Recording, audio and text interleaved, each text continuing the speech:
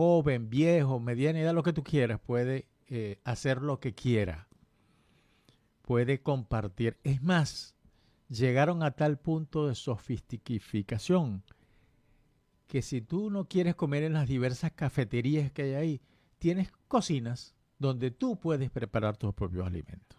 Pero ni hablar la colección de libros, las salas para que tú te inicies en el tema del video, del sonido. Si quieres ser un DJ, lo haces, lo aprendes ahí y te conviertes en un DJ profesional. Pero bueno, tú eres el experto en este tema y me gustaría que me dijeras cómo estás percibiendo tú el día de hoy la democracia. Y a mí me preocupa mucho esto, sobre todo por lo que estoy viviendo aquí en Estados Unidos.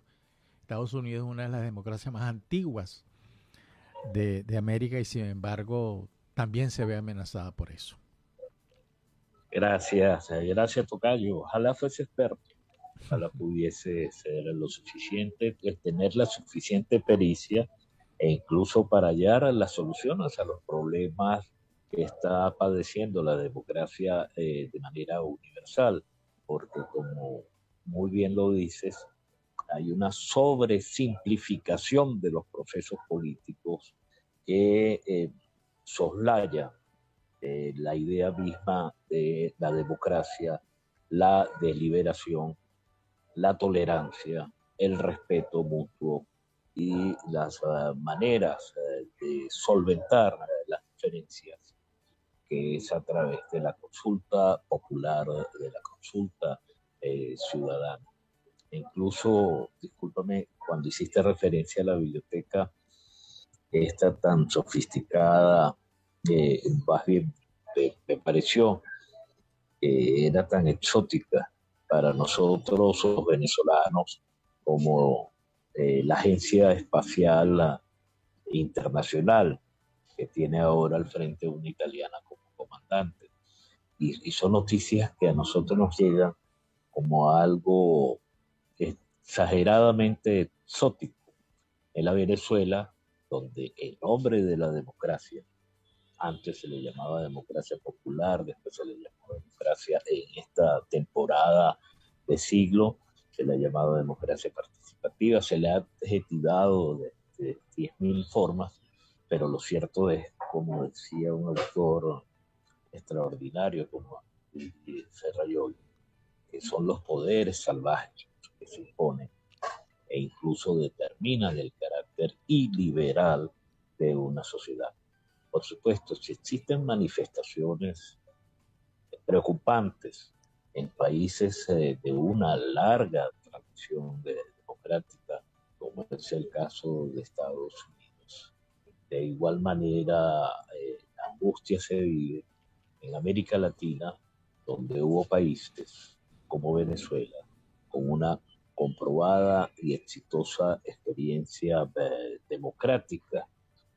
No obstante, a pesar de ser una potencia petrolera, no obstante, en nombre de la democracia, esta se ha perdido, se ha convertido en eso que llaman autoritarismo competitivo y, por supuesto, ha quebrado esa república petrolera y ha hecho de la democracia un pretexto para todo, incluso para hablar y caracterizar como modestamente lo cito, nuestro artículo de hoy del Nacional, el fascismo y normalizar el fascismo como un elemento más para entendernos o desentendernos, para acordarnos o desacordarnos en el país.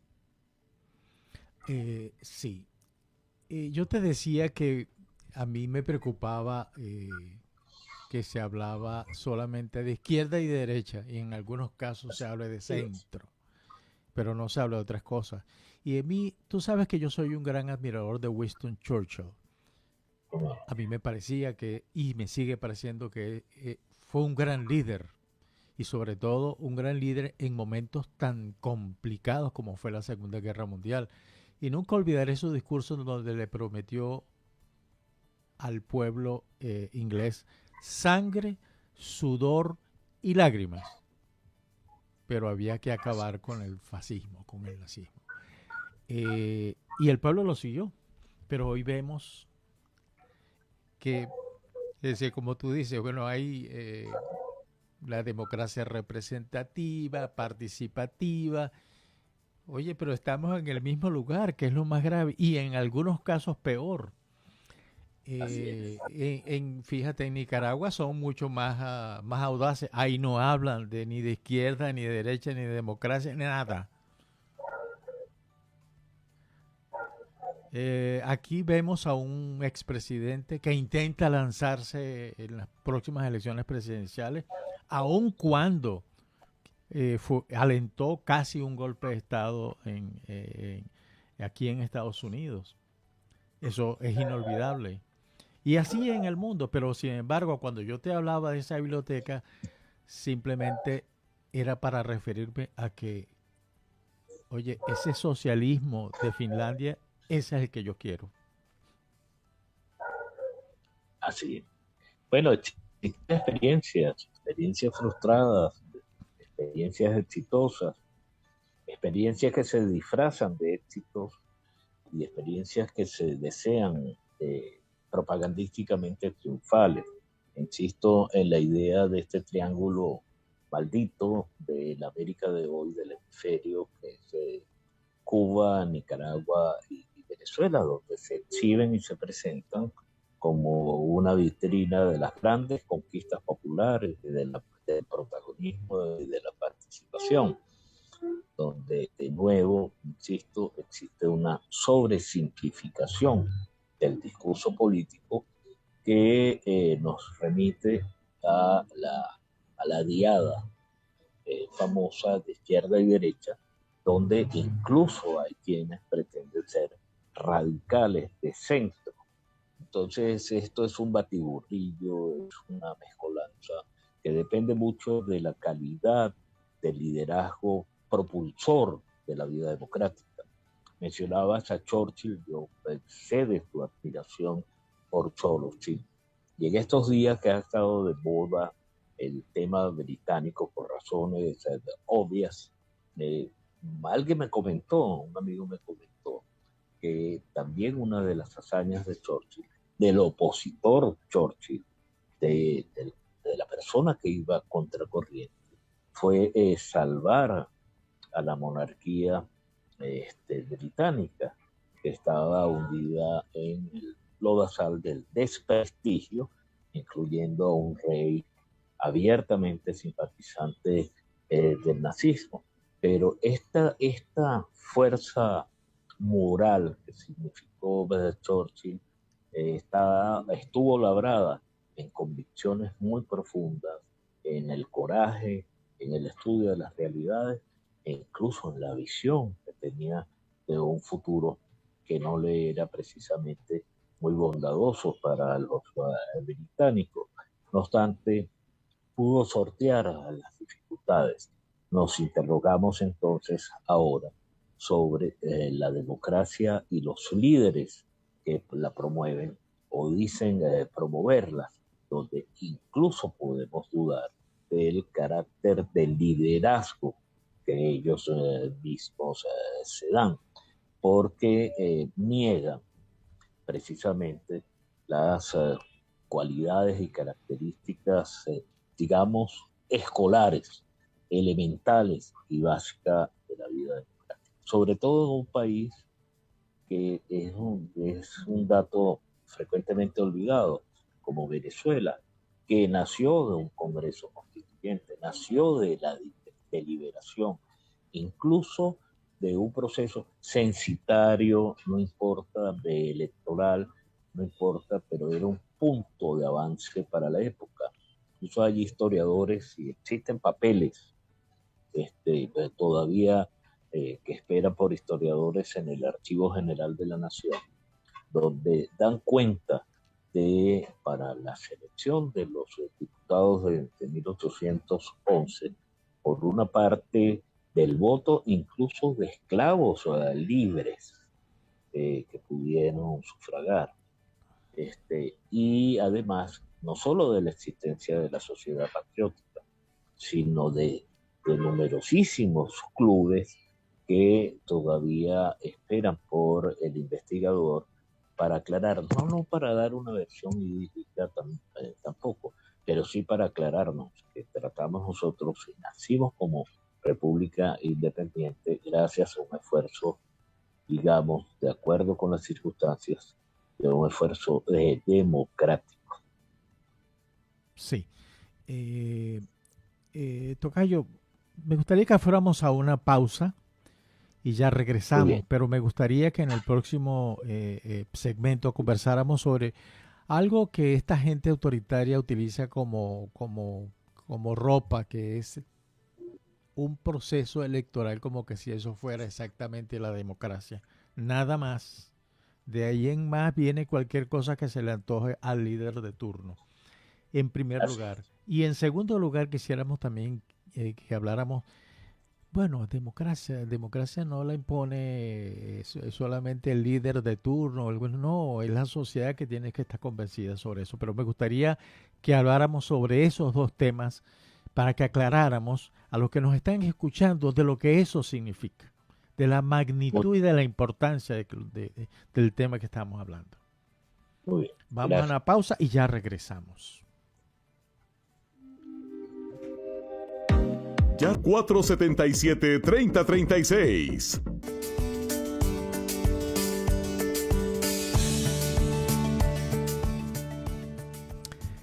Estamos de regreso en Diálogo Internacional. Estamos conversando con el diputado Luis Barragán acerca de la democracia. Tocayo, yo te dejé dos inquietudes antes de ir a la pausa y me gustaría que conversáramos un poco sobre ella. Este es un tema que a mí particularmente me fascina.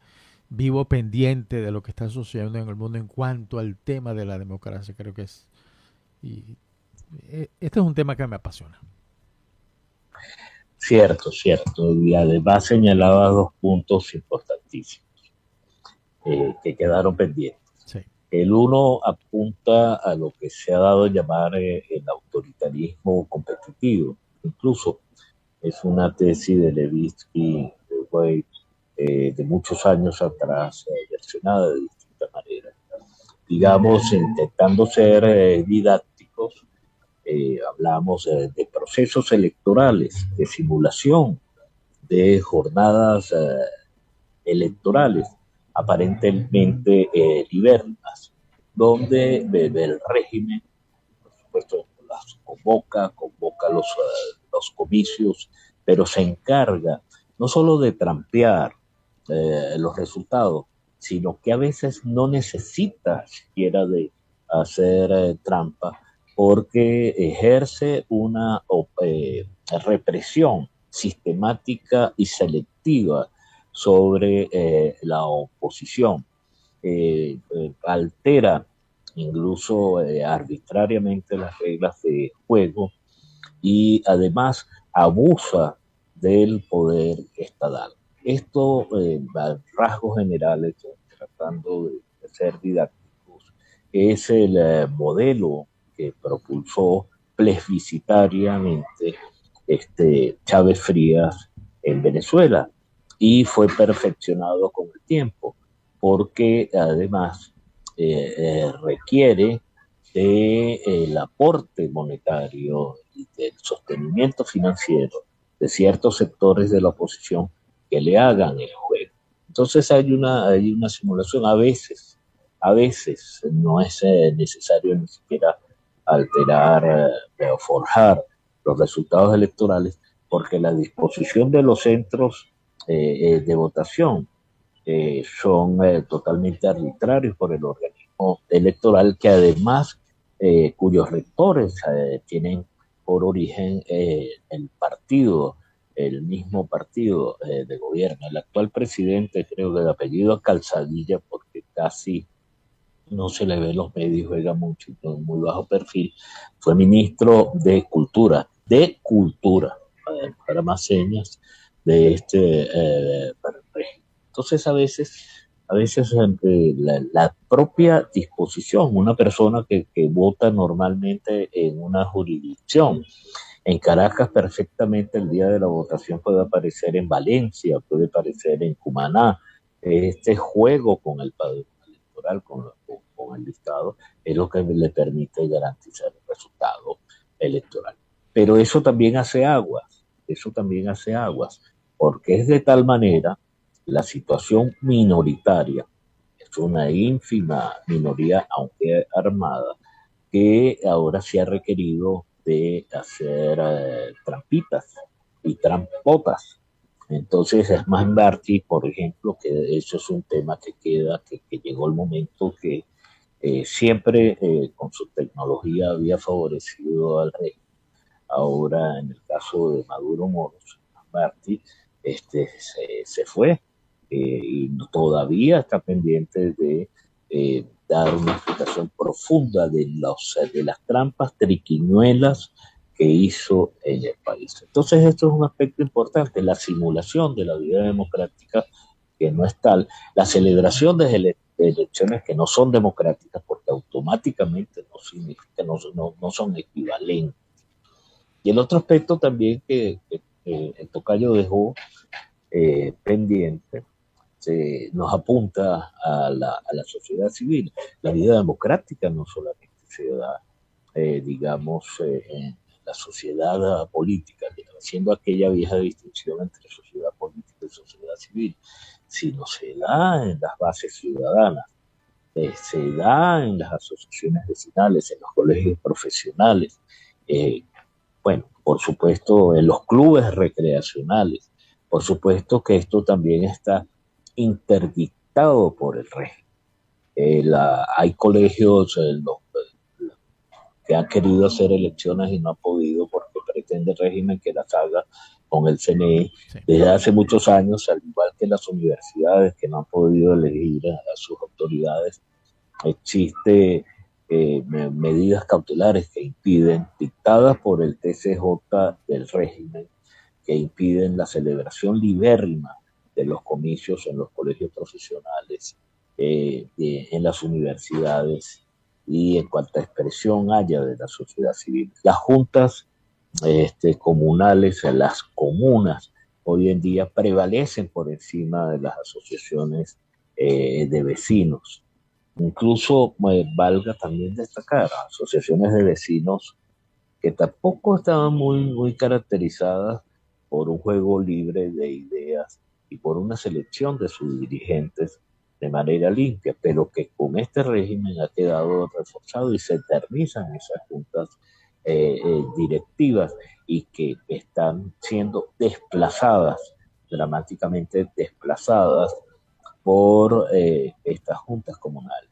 La clase obrera que no tiene ninguna expresión sindical, ninguna confederación libérrima, y que estamos muy lejos, por ejemplo, de que como expresión de la sociedad civil pueda realizar la hazaña que hizo Solidaridad en Polonia. Si los partidos políticos en Venezuela están cuestionados, yo diría, agregaría interesadamente cuestionados, porque esto también obedece a una campaña de descalificación y de desprestigio de un régimen que tiene un partido clientelar como el PSUV, surgido y nacido desde el Estado, fusionado con el Estado.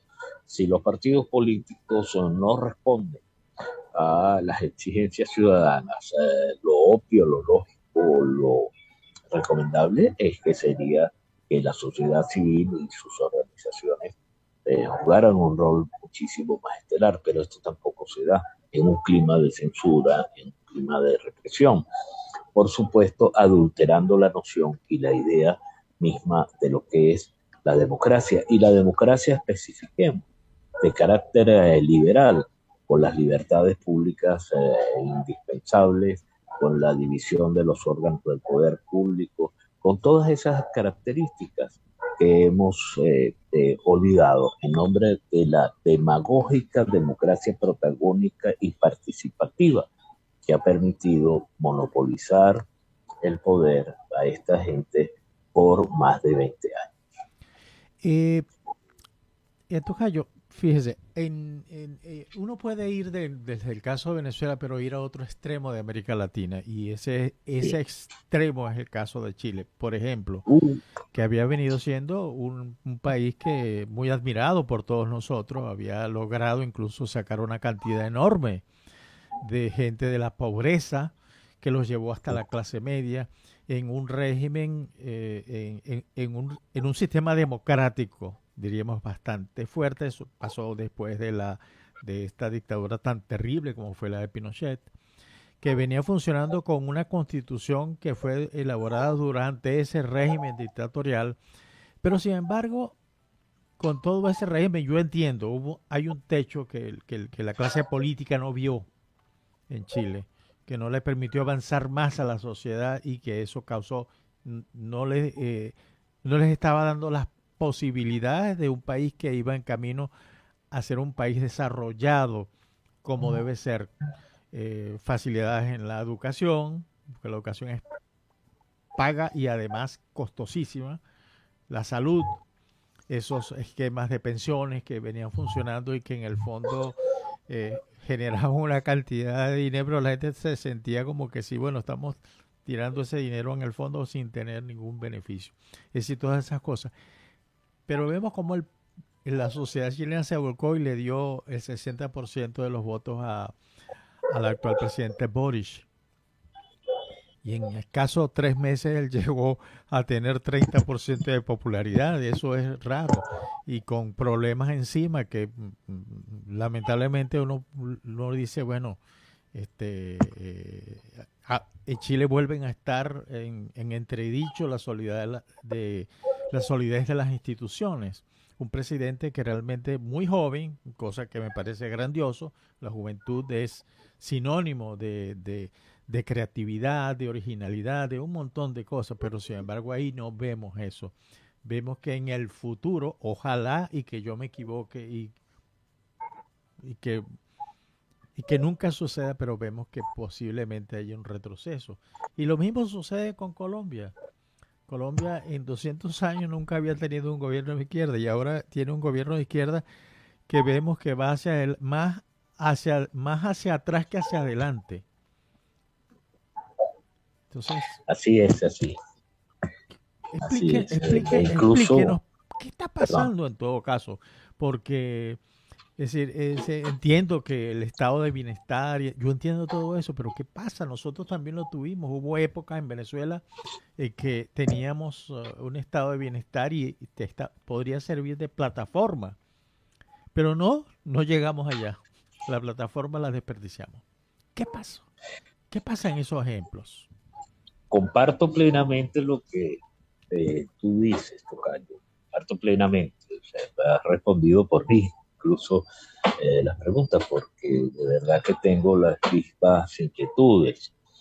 Eh, y yo lo único que podría complementar es con dos o tres comentarios que tienen que ver con la calidad del liderazgo en América Latina, que lo hemos hablado en otras oportunidades. Y esto significa responsabilidad histórica en las circunstancias que vivimos. Lo otro es la actuación cierta y deliberada del Foro de Sao Paulo y de sus derivados, que incluso en 2019, como en Ecuador también trató de hacerlo, en Chile se cebó y produjo unos hechos insurreccionales importantes. O sea, hizo del metro de Santiago un fogón, aunque después eso elevó los costos de transporte público de manera directa e indirecta. Y en tercer lugar, es esta mezcolanza que puede llamarse, o sea, me parece que Boris como Petro encarnan ese socialismo del siglo XXI, pragmático, oportunista, de tergiversador del pasado como del presente e irresponsable.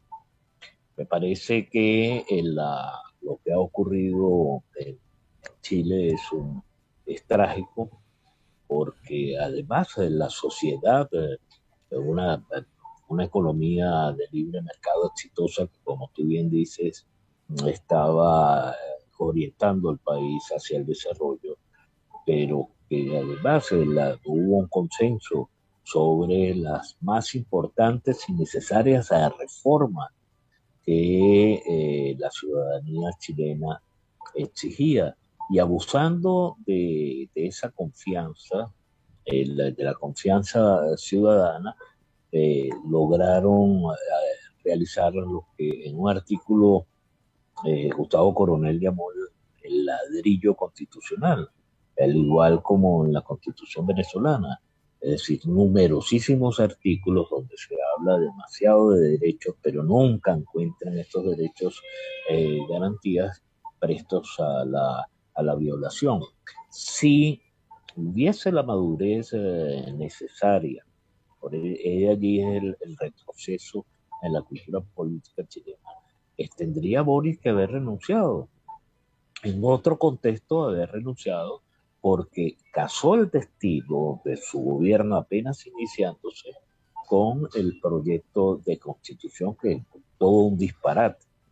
Pero pongámosle que no lo haga porque significaría un trauma institucional inconveniente que aprovecharía muy bien el Foro de Sao Paulo y sus derivados en su estrategia antioccidental y de carácter continental. Aunque Ricardo Lagos estos días dijo que, y prometió por Boris que se iba a sentar a gobernar. Pero lo cierto es que no le queda más remedio a esta expresión de la izquierda tan particular que hay en América Latina, no le quedaría más remedio que hacer eso, gobernar y evitar que naufraguen y que haya ruidos de sable, porque además las Fuerzas Armadas chilenas no tienen la misma naturaleza, conformación, contextura, propósito e inspiración que el resto de las corporaciones castrenses en el continente, que permita salvar la vida democrática en Chile. Y en Colombia todavía estamos en los inicios de una experiencia de gobierno donde nos parece, tratando de ser benevolentes, nos parece que el pragmatismo demostrado por Petro va a tocar techo ante las realidades regionales, las de sus vecinos, el relacionamiento que hay con Estados Unidos, la necesidad que existe de pacificar el país, pero a la vez, no sé, ese es un comentario personal que compromete al partido en el cual milito, pero que a la vez todavía sobrevive en él la mentalidad del guerrillero del M-19, sí, que pensaba que se podía o que se puede asaltar el cielo de un momento a otro. Y en el caso de Colombia, que por cierto va a jugar por las características personales de Petro un papel superior al papel de dirigentes mediocres, sucesores, por cierto, designados a Dios, como Díaz Canel en Cuba y Petro va a jugar un rol estelar. Y ojalá que ese pragmatismo lo haga interesarte. Me temo mucho que todavía es el soldado del M-19 que pretende tomar por asalto. Sí. Tocayo, vamos a una nueva pausa y ya regresamos. Y ahora quisiéramos que en el próximo segmento, que es el último, quisiéramos un vuelo rasante por esas democracias y las contradicciones que se están viviendo. Vamos a una nueva pausa y ya regresamos. Gracias. Estamos de regreso en Diálogo Internacional. Estamos conversando con el diputado a la Asamblea Nacional Legítima, Luis Barragán, acerca del tema de la democracia, un tema, caramba, que es importante. Pero yo te quiero hacer unas preguntas bien que me parece que son fundamentales en todo esto y tienen que ver, son preguntas de tipo global. La primera, ¿es real que la democracia a nivel global está en crisis? O al menos como concepto, que la democracia se está transformando en un en un decir de los líderes de turno. Es decir, la democracia es como la medida de él y no a la medida de la sociedad. ¿Qué, qué podemos esperar nosotros de la sociedad? El problema de la educación y la cultura definitivamente es el tema dentro de la democracia. Cierto, cierto. En términos globales, la democracia sufre de una crisis derivada precisamente de, yo diría, de la contaminación de la concepción democrática. Incluso tú y yo en privado hemos comentado a veces de los aportes recientes, Applebaum, una oportunidad de José Naín, de Marta Spaun y de otros que vienen tratando del tema democrático, de las amenazas ciertas y, por supuesto, como vemos hoy en día, del disparate y del absurdo de separar la democracia de la libertad. Es decir, regímenes como el venezolano se pretenden democráticos y encima de eso protagónicos y participativos, aunque nieguen de la libertad o de separar democracia de separación real y efectiva de los órganos del poder. Entonces, aquí hay una crisis en la propia concepción y es por contaminación, diría yo. Probablemente, por supuesto, sociedades tecnológicas muy avanzadas, ya el tema democrático adquiere otros visos, pero siguen presentes los principios fundamentales. La mayor amenaza probablemente de los años 60, 70, que se veían de las experiencias democráticas en el mundo, era de la aparición de adversarios y de enemigos, como el nazifascismo en los años anteriores o el comunismo en medio de la Guerra Fría. En América Latina se sintió esto, pero de igual manera equivalente se hablaba de la pobreza y de otros elementos estructurales de la vida económica, de la dependencia. Eso se generó todo en la escuela, de la dependentología, de la dependencia con los capitalismos centrales, el periférico y todo esto.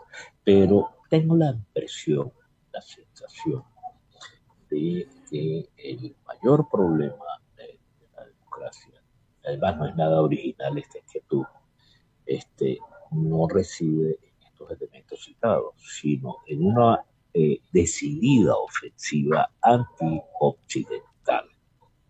Este tema se la ha apropiado, por llamarlo de alguna manera, la ultraderecha de varios países, además de los elementos de xenofobia que nos caracterizan, todo esto, pero se han apropiado de, de, de esta bandera, de contener esa ofensiva anti-occidental.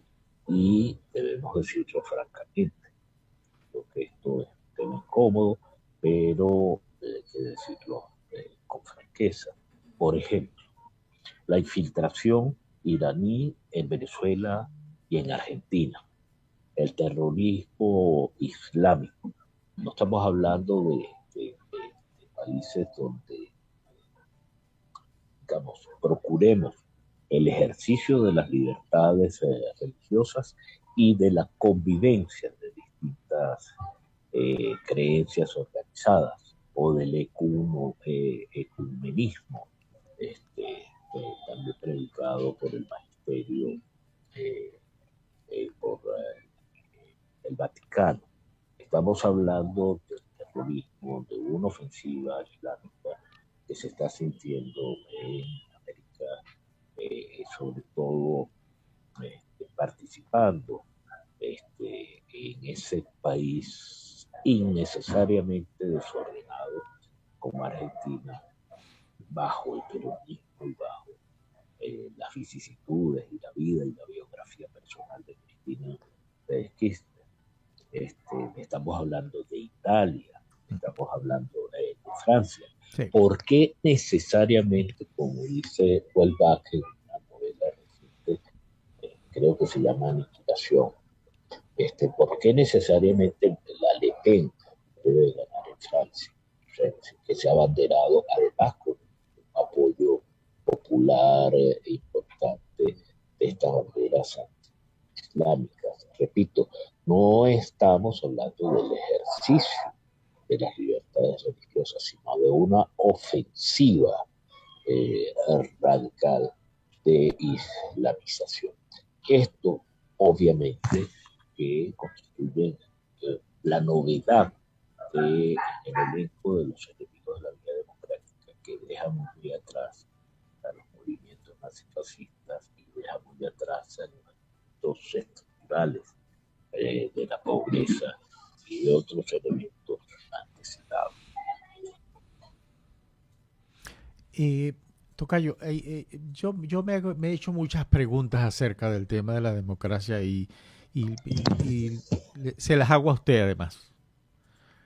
Y la primera tiene que ver a mí me da la impresión de que muchos gobiernos, incluso de países desarrollados, fundamentalmente de países desarrollados, están todavía parados sobre una plataforma que construyeron otros líderes, en el caso de Europa.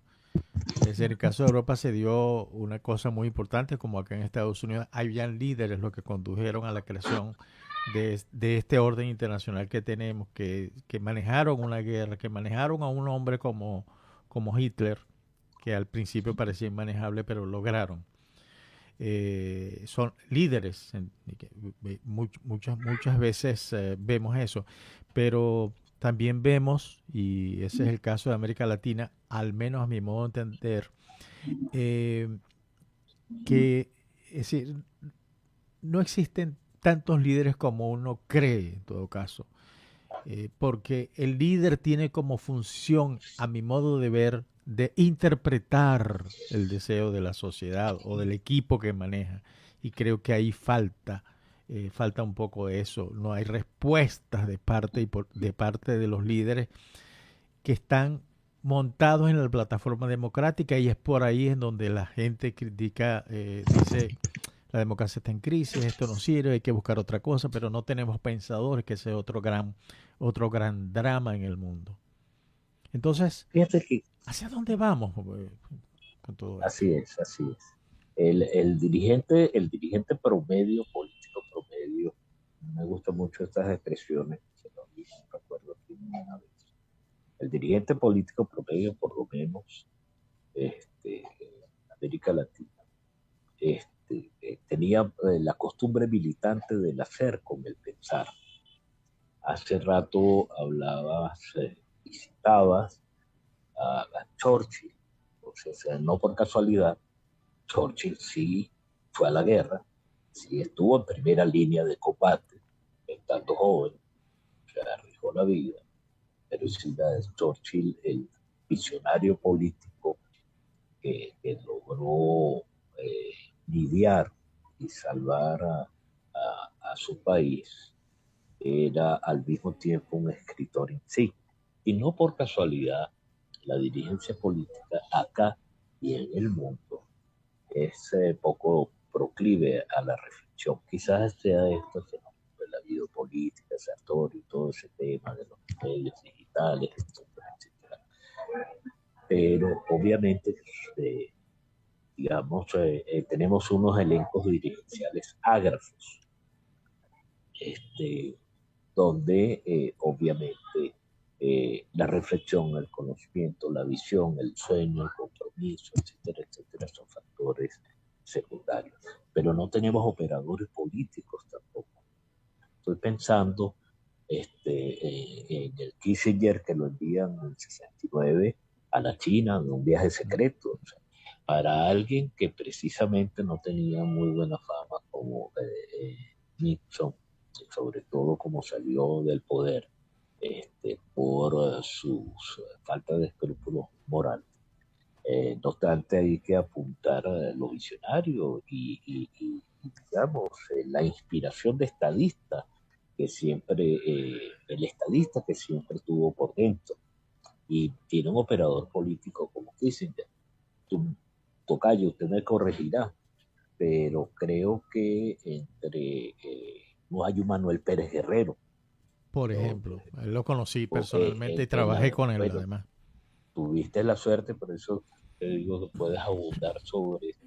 Era una figura modesta, de una modestia, por lo menos no era bullicioso en los medios de comunicación social, no era exhibicionista, pero era un operador magnífico, eficaz y también visionario.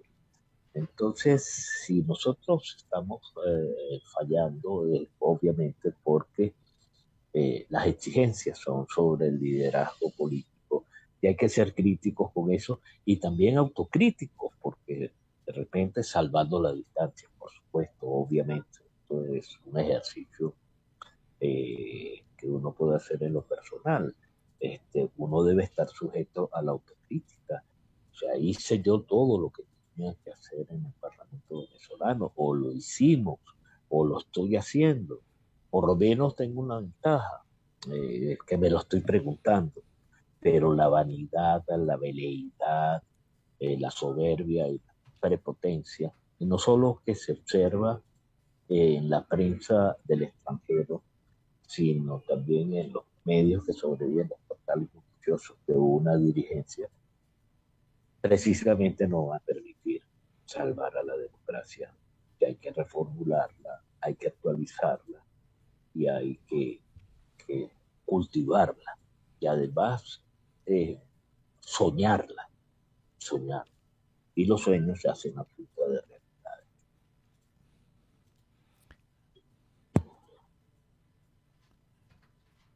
Lo perdí un poco, Tocayo, pero bueno. Se Hay un, hay debe un, ser acá la señal. sí, hay Eh, hace unas semanas atrás, Julio Borges, a quien yo sé que tú conoces, escribió un artículo hablando sobre estos temas, ¿no? Y él hace una interpretación de lo que eh, Moisés Naim, que también es otra persona que yo admiro y veo, escucho, leo sus libros. Él hace la interpretación de que el libro, aun cuando yo no estoy de acuerdo, pero bueno, es una interpretación bastante interesante y con la cual yo coincido. Es decir, los enemigos de la democracia ya no son invasiones de otros países. No, no, no. El problema es interno, es un problema de liderazgo y un problema de sociedad eh, que no encuentra el camino, que no encuentra cómo expresarse. Y hay un problema, y eso lo vemos en toda América Latina. Hay un problema de educación y cultura, que es una limitante fundamental en yo diría que es el pilar fundamental de cualquier democracia. En el mundo,